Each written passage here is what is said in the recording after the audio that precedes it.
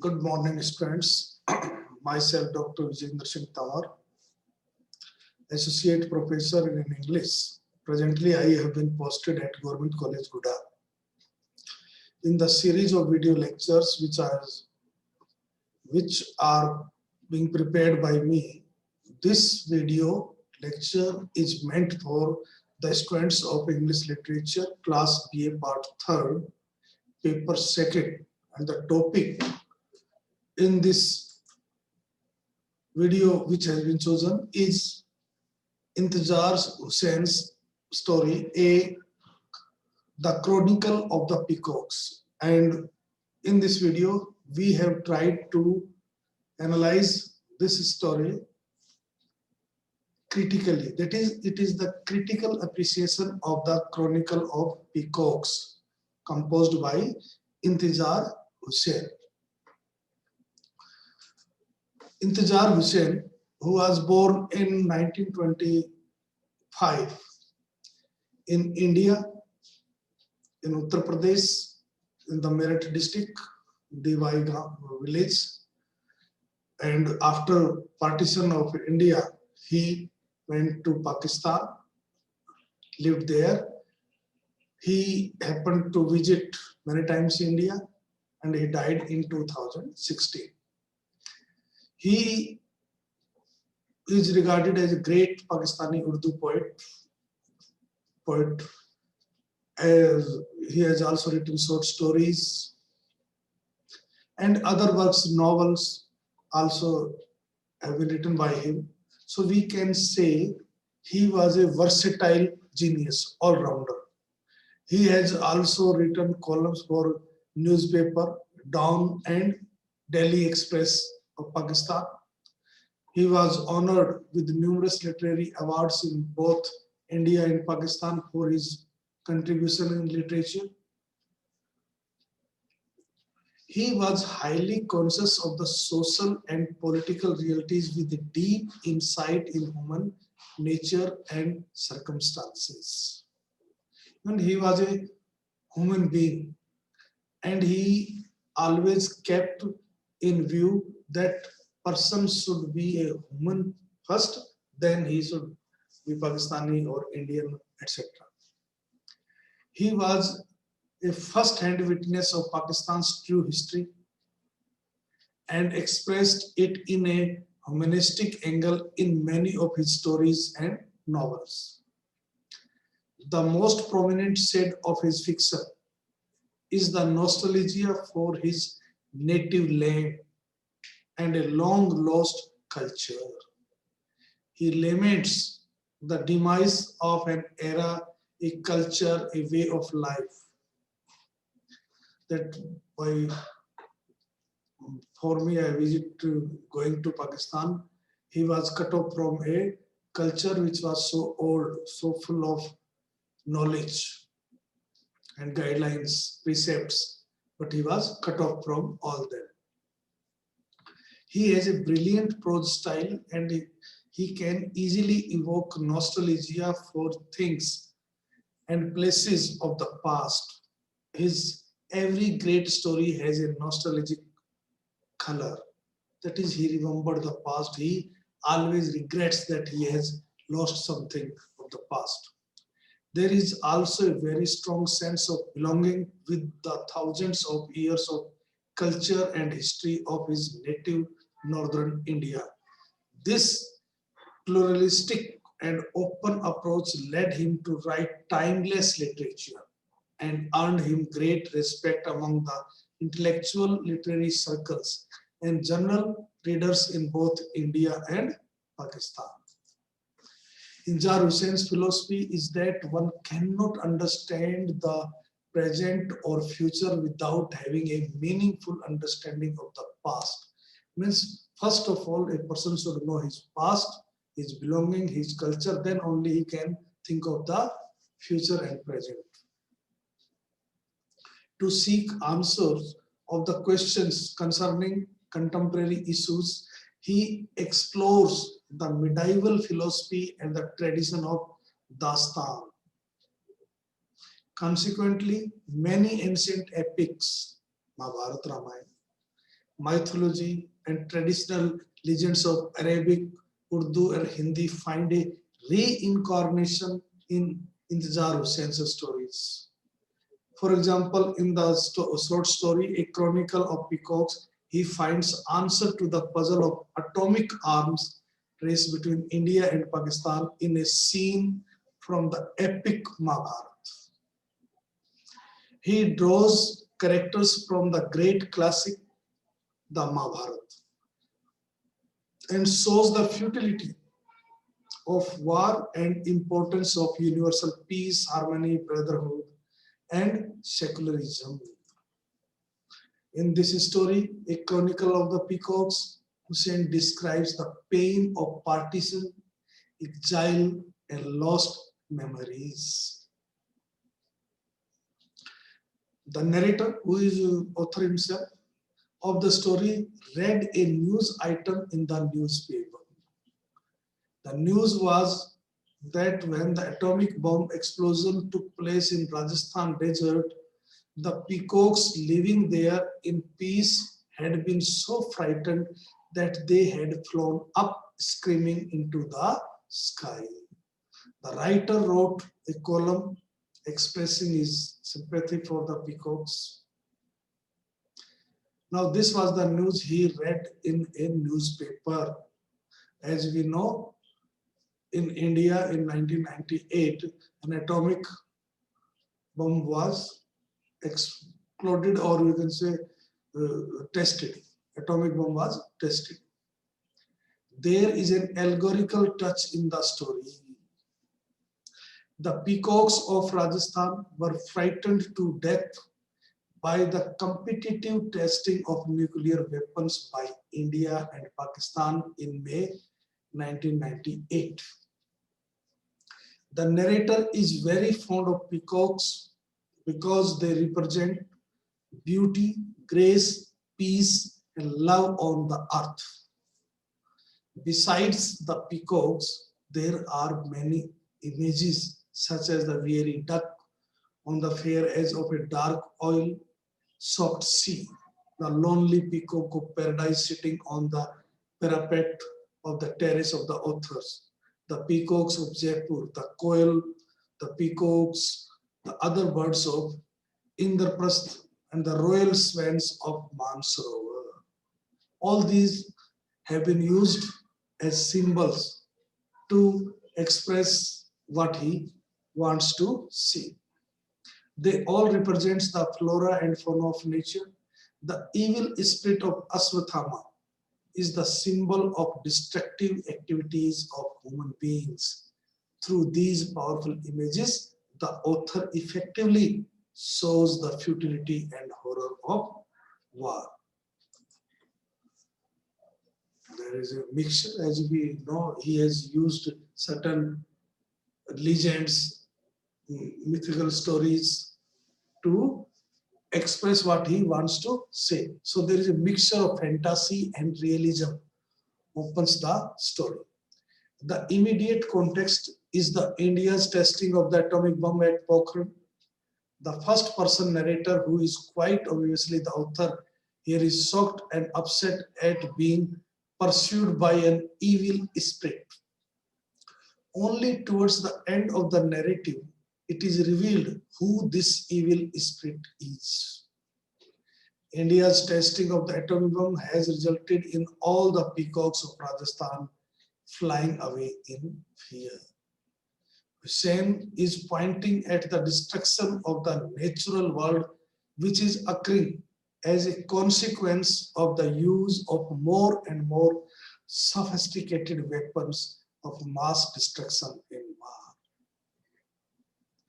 It is a fact that environmental degradation as a consequence of man's greed for power is never given such significance. For this same reason, news about the peacocks is tucked away as a small note amidst the more terrifying news about the explosion. By writing a column about the peacocks, the author thinks that he has done his duty and is free from all obligations. But is it really so? Are we really free? Asks the author.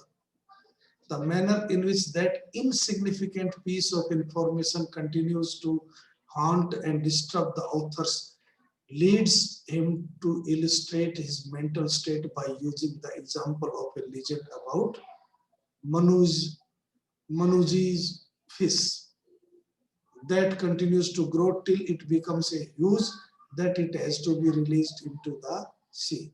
You must have heard this legend in which a small fish requests the king Manu to give it a place. Manu thinks that it is very small. It can be compared with the thumb or a finger. He makes a vessel for it in his palace. Soon he finds that the fish is growing. It becomes very large. It needs larger vessel. Again, it is larger vessel.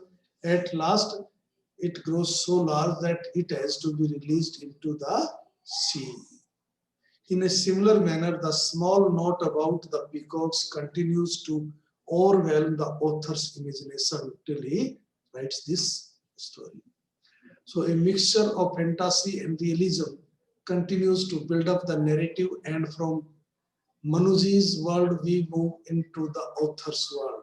A flashback to the past takes us to an earlier occasion, and Hussain recalls his first visit to Jaipur and his amazing encounter with the beautiful peacocks.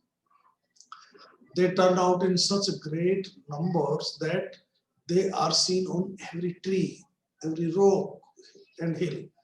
This is, however, a picture from peaceful times. Post Pokhran, there are no peacocks to be seen anywhere. That is, during peaceful times when Hussain visited Jaipur, he saw numerous peacocks, but after Pokhran's test, there are no peacocks in Jaipur. Hussain's technique of juxtaposing memory and the factual situation allows him to heighten the contrast in the situation. While his first vision of the peacocks was one of beauty and grace, the second vision is of a battered and bruised, lonely peacock on a distant hill which rises into the sky, screaming with terror when the author approaches him.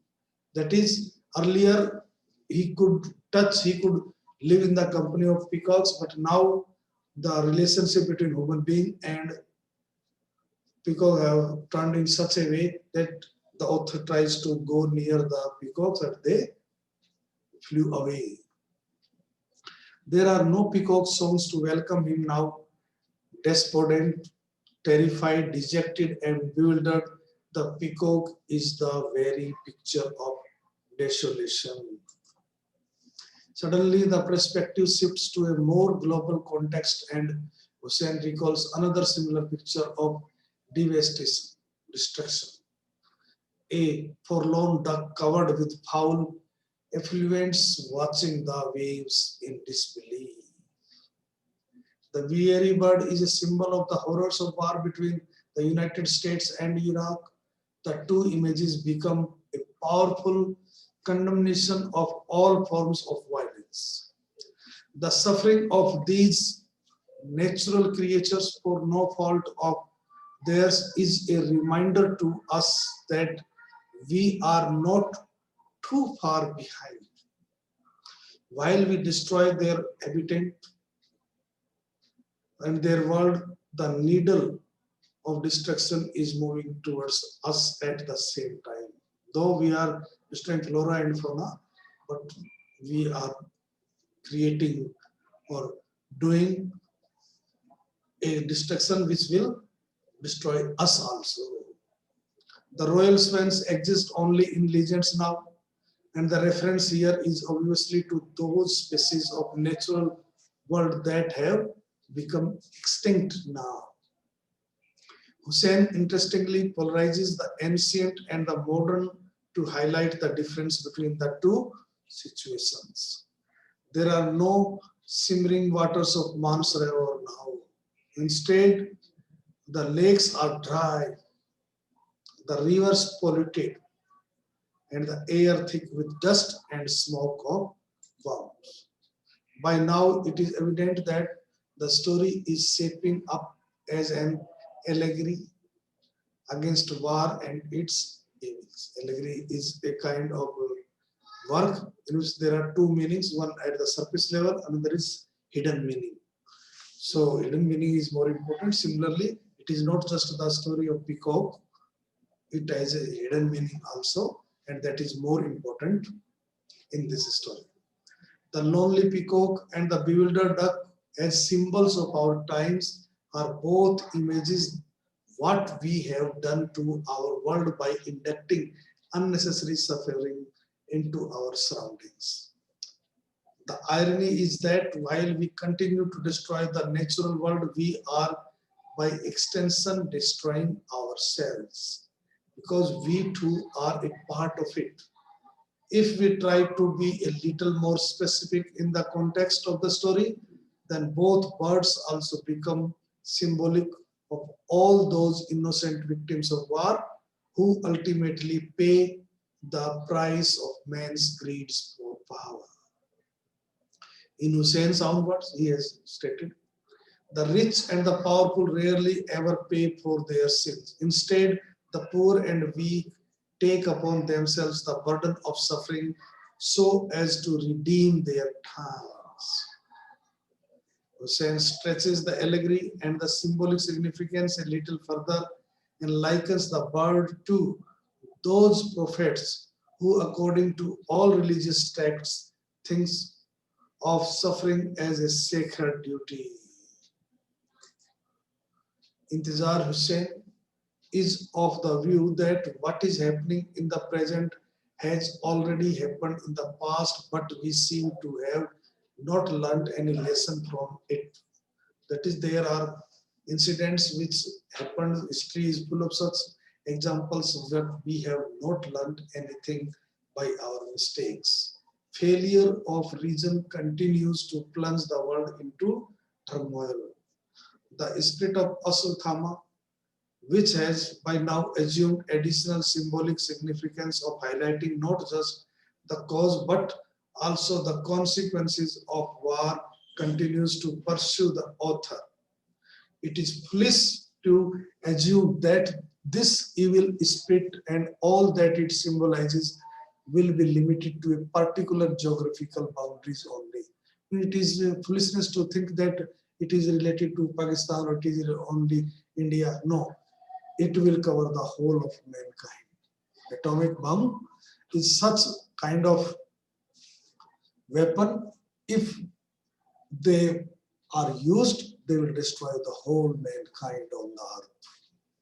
On crossing the border and reaching his own country, Hussein thinks that he has escaped his stalker and would now be able to write his chronicle of the peacocks. He recalls all the peacocks he had met all along with his journey through the past and the present, and their songs crowned his brain.